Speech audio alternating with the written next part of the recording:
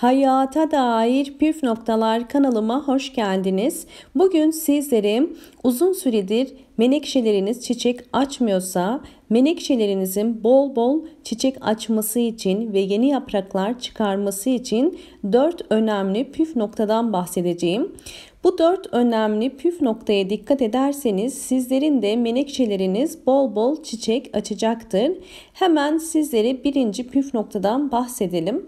Menekşelerinizin bu şekilde çiçekli olmasını istiyorsanız dikkat etmeniz gereken birinci önemli püf nokta menekşenin konumudur. Menekşelerinizin doğrudan ya da dolaylı olarak güneş alıp almadığını mutlaka kontrol etmeniz gerekiyor. Menekşeler bol aydınlık yerleri seven çiçeklerdir. Kesinlikle menekşenin gün ışığı alması gerekiyor. Fakat dikkat etmemiz gereken direkt güneş ışığı almaması gerekiyor.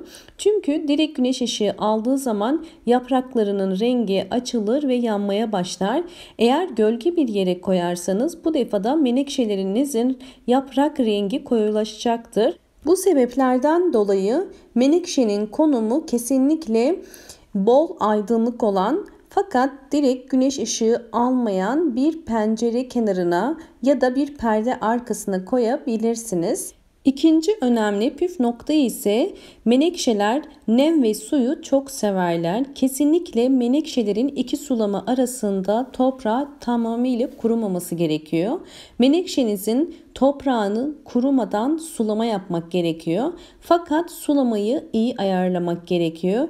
Eğer fazla sularsanız maalesef menekşenin köklerinde çürümeler, böceklenmeler ve sineklenmeler olacaktır.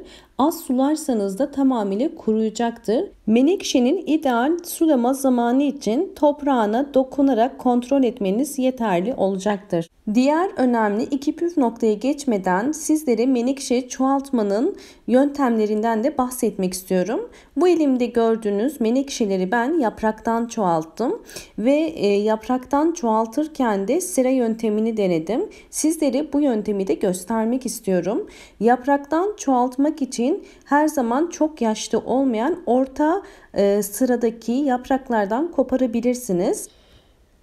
Bu şekilde yaprağı kopardıktan sonra yaprak sapını zaten kısa olduğu için kesmemize gerek yok. Hemen toprağın içerisine ekiyorum.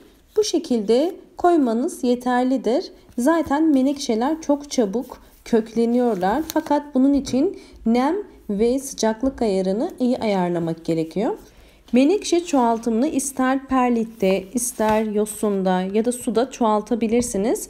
Ben bugün sizlere özellikle hızlı sonuç veren sera yönteminden bahsetmek istiyorum. Bu elimde gördüğünüz menekşe yapraklarını ben sera yöntemiyle çoğalttım ve nasıl çoğalttığımı da göstermek istiyorum. Bu şekilde yaprakları ektikten sonra bir poşetin içerisine koyup bakın bu şekilde bağlıyoruz. Bunu yapmamızın nedeni menekşeler nemi çok fazla sevdikleri için yoğun bir nem oluşturarak yaprağın hızlı bir şekilde köklenmesini sağlayacağız ve özellikle bol ışık alan bir pencere kenarına koyacağız. Ama direkt güneş almaması gerekiyor. Menekşe bakımıyla aynı ve bunun son halini de sizlerle birazdan paylaşacağım.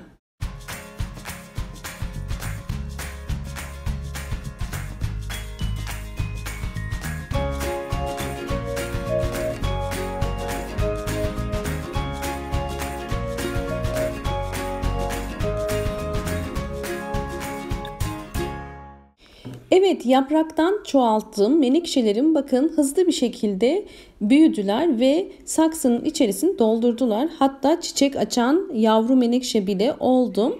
Şimdi bunları ayırmak için iyice sulamam gerekiyor. Suladıktan sonra bakın toprak nemlenince ayırıyorum. Köklerin zarar görmemesi için bu işlemi uyguladım. Şimdi kullanmadığınız bir kaşık ile bu şekilde yavru menekşeleri ayırabilirsiniz. Bakın yapraktan çoğalan minik menekşeleri görüyorsunuz. Gayet güzel büyüdüler. Hemen diğer menekşeleri de köklere zarar vermeden çıkarmaya çalışacağım. Menekşeleri ayırırken diğer önemli püf noktalardan da bahsetmek istiyorum. Özellikle menekşelerinizin bol çiçek açmasını istiyorsanız ve bu şekilde çoğalmasını istiyorsanız mutlaka budama yapmanız gerekiyor. Budamayı da mutlaka sararan ve eski yaşlanan yaprakları kopararak yapabilirsiniz. Aslında her ay menekşenizin en alt yapraklarından başlayarak eski olan, sararmaya başlayan yaprakları koparırsanız böylelikle menekşe gücünü yeni yapraklara vereceği için daha hızlı büyüyecektir. Bu püf noktayı da mutlaka tavsiye ederim sizlere. Dördüncü önemli püf noktamız ise toprak, saksı ve gübreleme. Bunlardan da size bahsetmek istiyorum. Özellikle menekşe toprağını seçerken mutlaka yumuşak olan bir torflu toprak seçmemiz gerekiyor. Yani torflu olmasa bile toprağı mutlaka süzen, suyu süzen, geçirgen bir yapıda olması gerekiyor. Bu bir bahçe toprağı ve torflu toprak karışımı ya da torflu toprak perlit karışımı ya da Hindistan cevizi kabuğu da olabilir. Bu normal sebze ve çiçekleri ekmek için marketten satın aldığım toprak, yani torflu bir toprak. İçinde perlik ya da Hindistan cevizi torfu yok. Fakat bu da tek başına menekşeler için yeterli olacaktır. Sadece toprağın yumuşak olması gerekiyor. Ve saksı seçiminde özellikle çok dikkat etmeniz gerekiyor. Bu şekilde boyu özellikle çok yüksek olmayan ve altı bol delikli olan saksılar tercih etmeniz gerekiyor. Bunun nedeni ise menekşelerin eğer hem saksısı küçük olursa, boyu çok yüksek olmazsa menekşeler çok hızlı bir şekilde kökleneceklerdir ve daha hızlı bir şekilde büyüyeceklerdir. Saksının altı delik olduğu için de fazla sulama yaptığınız zaman hemen su süzüleceği için menekşelerde kök çürümesinin önüne de geçmiş olacağız.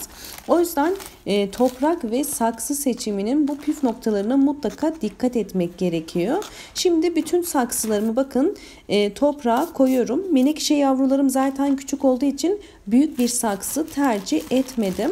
Bütün saksıları toprağa koyduktan sonra ayırmış olduğum yavru menekşeleri ekeceğim.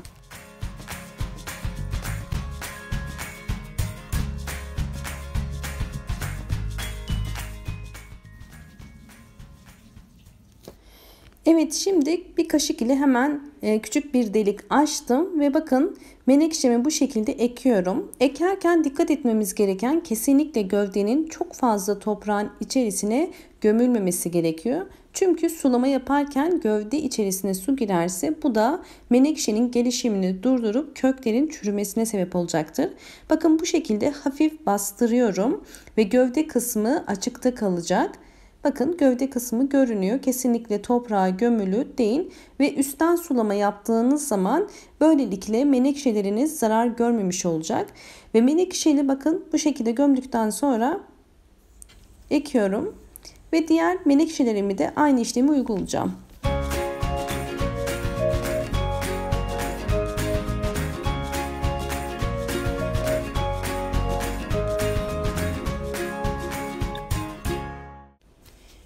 Ayırdım yavru menekşeleri şöyle yakından göstermek istiyorum. Bakın birçok kökü var şu anda, birçok gövdesi var. Fakat ben hepsini, çok küçük olanları ayırmayacağım. Çünkü çok küçük olanları ayırdığımız takdirde gelişimi daha geç olacaktır. O yüzden bunlar bakın yan yana oldukları için ve kökleri birbirinin içine girdiği için ben bunları hep beraber bir saksıya ekeceğim. Bu şekilde daha hızlı bir şekilde büyüyecektir. Büyüdükten sonra zaten tekrar yine ayırma işlemini gerçekleştirebiliriz.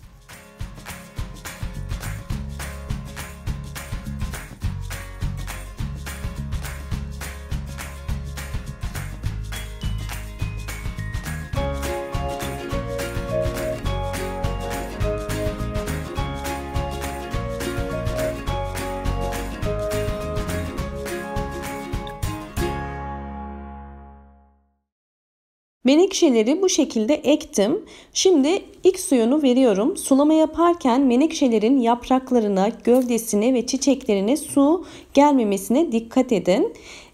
Ve özellikle bakın altları delikli olduğu için bu şekilde sulamak biraz daha zor olduğu için sizlere tavsiyem alttan da sulayabilirsiniz bir tabağın içerisine suyu koyup. Bu da yine pratik olacaktır.